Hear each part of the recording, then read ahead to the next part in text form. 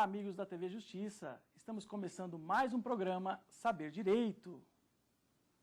Meu nome é Luiz Fernando Cordeiro, sou advogado, mestre em Direito, especialista em Direito do Trabalho e Processo do Trabalho pela USP e vamos hoje aqui tratar do curso Direito e Processo do Trabalho. Continuando no curso Direito e Processo do Trabalho, nós vamos tratar do sistema sindical brasileiro. Temos aqui os nossos queridos alunos, nós temos a Gleiane, o Carlos e a Ana Gabriela, obrigado pela presença, e vou deixar para vocês o e-mail do Saber Direito, que é saberdireito, tudo junto, @stf.jus.br,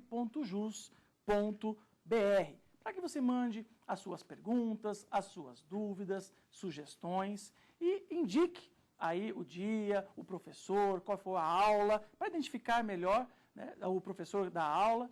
Você coloca todas as informações e manda para saberdireito@stf.jus.br. Dentro desse curso de Direito e Processo do Trabalho, nós já tratamos aqui de alguns temas muito relevantes do processo do trabalho. Falamos se a arbitragem pode ser utilizada como meio de solução dos conflitos trabalhistas.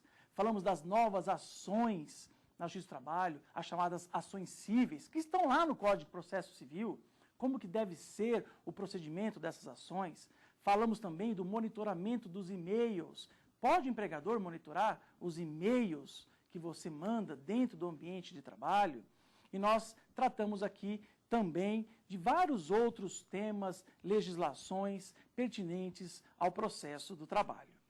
Bom, então vamos começar a nossa aula do sistema sindical brasileiro. Vamos ver de onde nasce o sistema sindical, em que fase ele nasce. Vamos tentar buscar aí as origens, a natureza jurídica do sindicato, e verificar em que momento nós estamos hoje, qual o papel do sindicato hoje, quais as suas atribuições, para que ele serve, será que ele tem representado bem os trabalhadores, o custeio. Então nós vamos aqui tentar buscar, claro que primordial importância nós tratarmos de como ele nasce, como está hoje, para que nós possamos saber como ele vai ficar no futuro.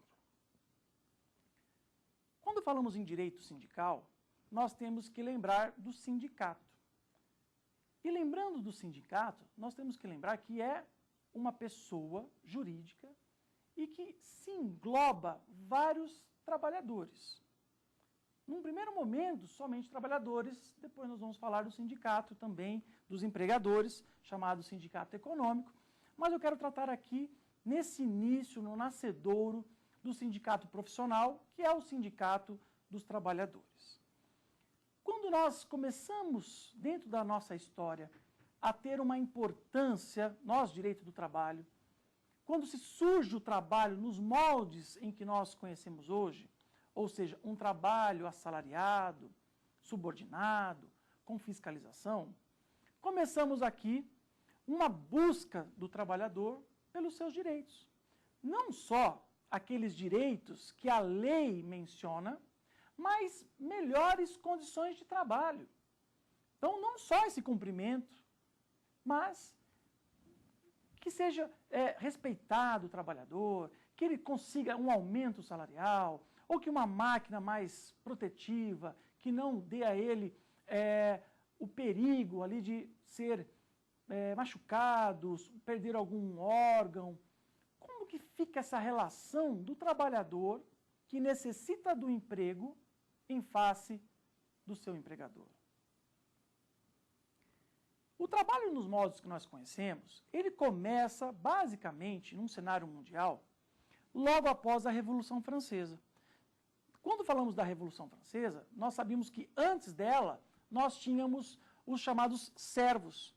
Os servos nada mais eram do que semi-escravos. Professor, como assim? Ora, os servos, eles estavam ali num latifúndio, né, num feudo, estamos falando do feudalismo. Eles estavam ligados à terra, trabalhavam para um senhor feudal, não poderiam ir e vir, não tinham direitos, quase que nenhum, mas tinham pequenos direitos, pequenas concessões, como, por exemplo, uma pequena parte da produção, um pedaço de terra para produzir algo para sua subsistência, mas estavam ligados à terra e ligados ao feudo e ao senhor feudal. Quando vem a Revolução Francesa, que pregou a liberdade, a fraternidade, a igualdade, para nós isso não soa com tanto peso como soou para aqueles servos, porque era colocado para eles que era a vontade de Deus que eles fossem servos, que a sua esposa fosse serva e que depois do casamento tivessem vários servinhos. Ou seja, não havia possibilidade de uma ascensão social. Não havia possibilidade de exercerem uma outra atividade.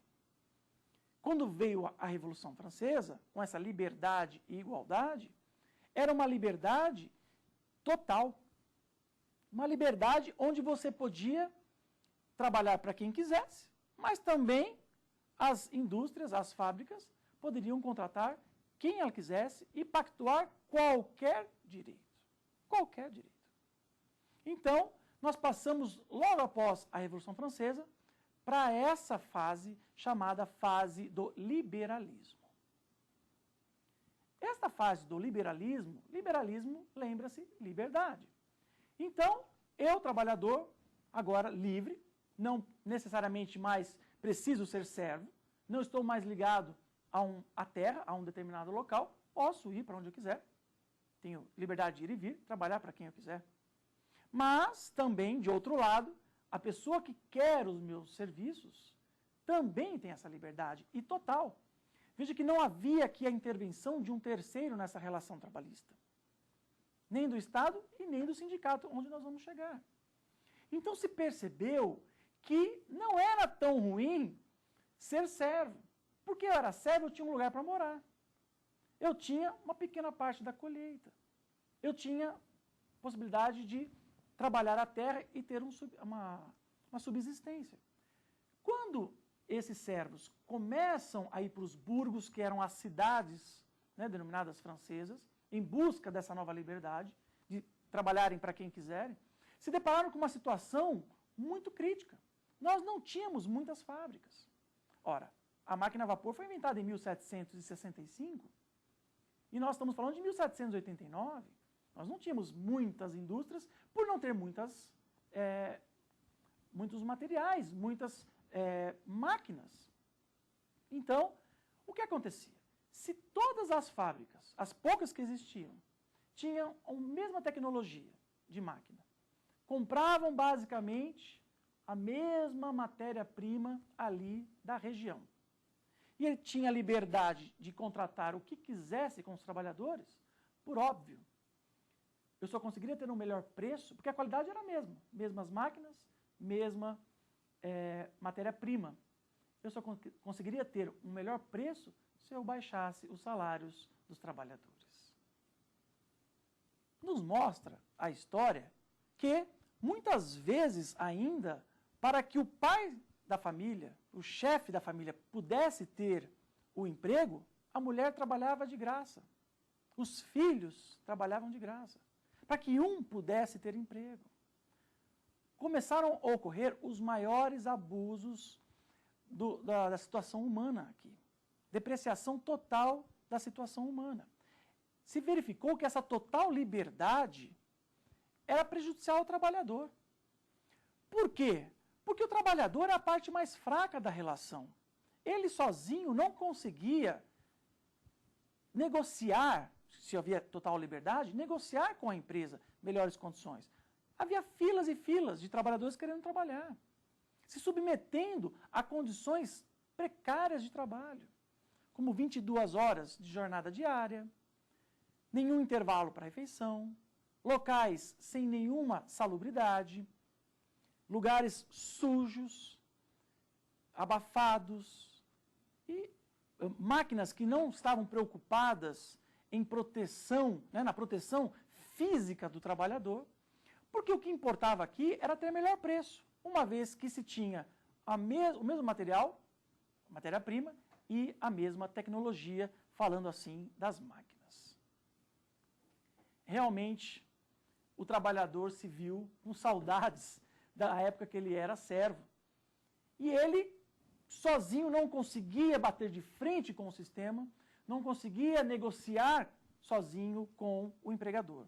Foi daqui a primeira célula embrionária do que nós chamamos de sindicato. Eu aconselho um filme clássico que você pode assistir e vai verificar exatamente como isso ocorria, que é o Germinal.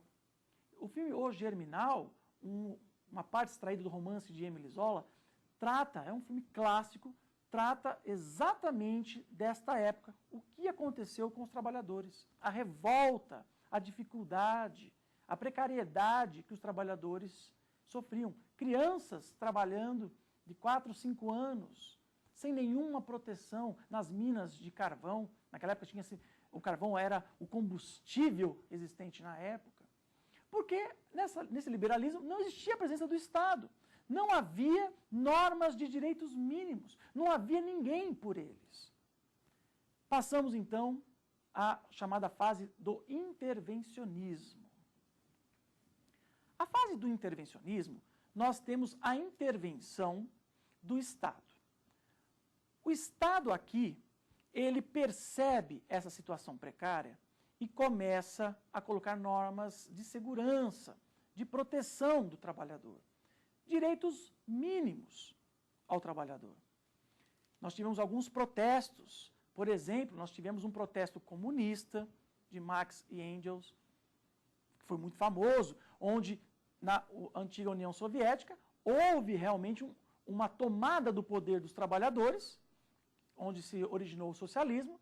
Por isso que o símbolo é um martelo e uma foice, por conta dessa revolução dos trabalhadores. Mas no Ocidente, vindo mais para nós aqui na Europa, e depois eu vou adentrar no Brasil, o Estado, antes que isso acontecesse, ele começa a gerar normas mínimas de proteção ao trabalho da mulher, da criança, salário mínimo, jornada limitada. Porque a própria igreja, através da encíclica Rerum Novarum, colocava homem lobo do homem. Era o homem consumindo o próprio homem, consumindo pelo trabalho.